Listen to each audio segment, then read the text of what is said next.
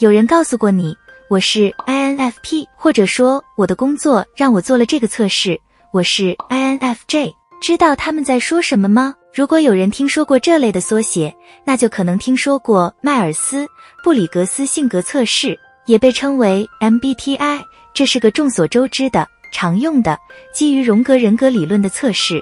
它结合了4个不同的维度：内向与外向、直觉与实感、思考与情感、感知与判断。2个最罕见的组合是 INFP 和 INFJ， 其中 I 是直觉，他们有很多共同点，聪明、有创造力、理想主义等等，相似之处是如此之近，以至于经常被相互混淆。如果有人参加了测试并感到困惑，或者甚至只是想知道自己是 INFP还是 INFJ， 那么你并不孤单。在我们开始之前，我们想做一个免责声明，本影片是基于迈尔斯·布里格斯的性格测试，这只是一个理论，性格类型只是粗略的倾向，而不是严格的分类。那么话不多说，就让我们来看看这2者的5个最重要的区别，它们可以有助于区分这2种性格类型。1、分析性思维与艺术性思维。首先，区分 INFP 和 INFJ 最简单的方法之一是了解他们通常是如何处理信息的。INFJ 靠内向直觉，从模式和联系的角度思考，基本上他们从外往里看，他们看到了大局，思考一切的目的和意义，就像观察一片森林，观察其中的各个部分是如何协同工作的。INFP 与内向的感觉有关，被情感所引导，所以从内到外看，他们关注的是对一件东西的感觉，而不是它的实际目的或预期意义。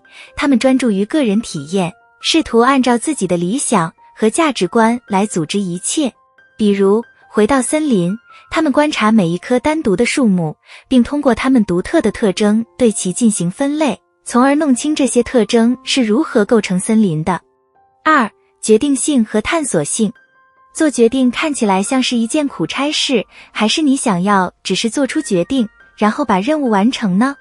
INFJ 想要并试图有效地做出决定，他们会看到一个目标，并将所有的选择组合在一起，这样他们就可以在不浪费时间或资源的情况下驾驭结果。由于他们的满足感来自于达到目标，从而导致做出决定，包括有利于这一点的特点，如有组织、周到、有战略倾向和观察力。而 INFP 则相反，他们享受尝试每一种可能的选项，将其贴到墙上，然后看看哪种最有效。他们的满足感来自于对各种可能性的讨论和探索，而不是决策本身。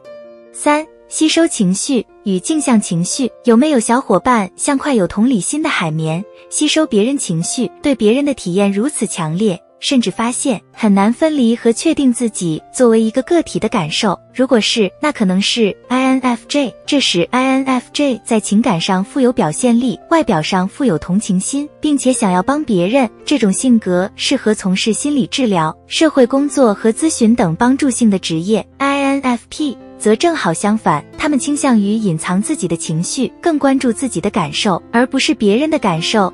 他们可以反映他人的情绪，同时完全了解自己的情绪，坚定地追随自己的内心。这就是为什么 INFP 对艺术、电影、文学和其他创造性追求如此着迷。4、理解与认可。小伙伴们觉得更强烈的需要是让别人了解自己，还是让自己被别人了解？ INFJ 是最有洞察力的性格类型，倾向于渴望别人的认可，而不是审视自己。他们是福尔摩斯类型的性格，喜欢在社交场合观察、分析和推断他人，他们想帮助别人认识自己。INFP 也有读懂情绪的天赋，只不过他们更关心和感兴趣的是自己的感受，而不是别人的感受。他们的主要愿望是感到被理解。INFP 如此独特和个人主义，以至于他们很难与那些与他们看法不同的人建立联系，但像这样的人往往少之又少。5、内部控制与外部控制。 INFP 和 INFJ 的另一个重要区别在于他们的控制感。你的计划怎么样了？如果有人改变了计划怎么办？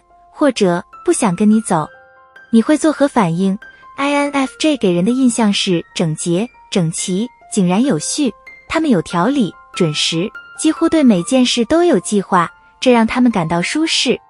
他们不拘泥于自己的情绪、意见或想法，具有更强的适应性和更开放的心态。而 INFP 情况正好相反，乍一看，他们似乎随和、自然、悠闲，但当涉及到他们的个人价值体系时，他们是坚持的，毫不妥协的。他们有严格的是非观，试图使一切都屈从于他们的观点。现在大家已经知道了如何区分这两种性格类型，你认为自己更倾向于是哪一种呢？ INFP 还是 INFJ？ 如果仍然不确定，但又很好奇，可以试着找一位精通 MBTI 的专业人士来帮你弄清楚，或者至少给你指出一个可靠的评估工具。一定要与能从中受益的人分享我们的影片，不要忘记点赞并订阅我们的频道，以看到更多心理学内容。感谢收看，下支影片不见不散。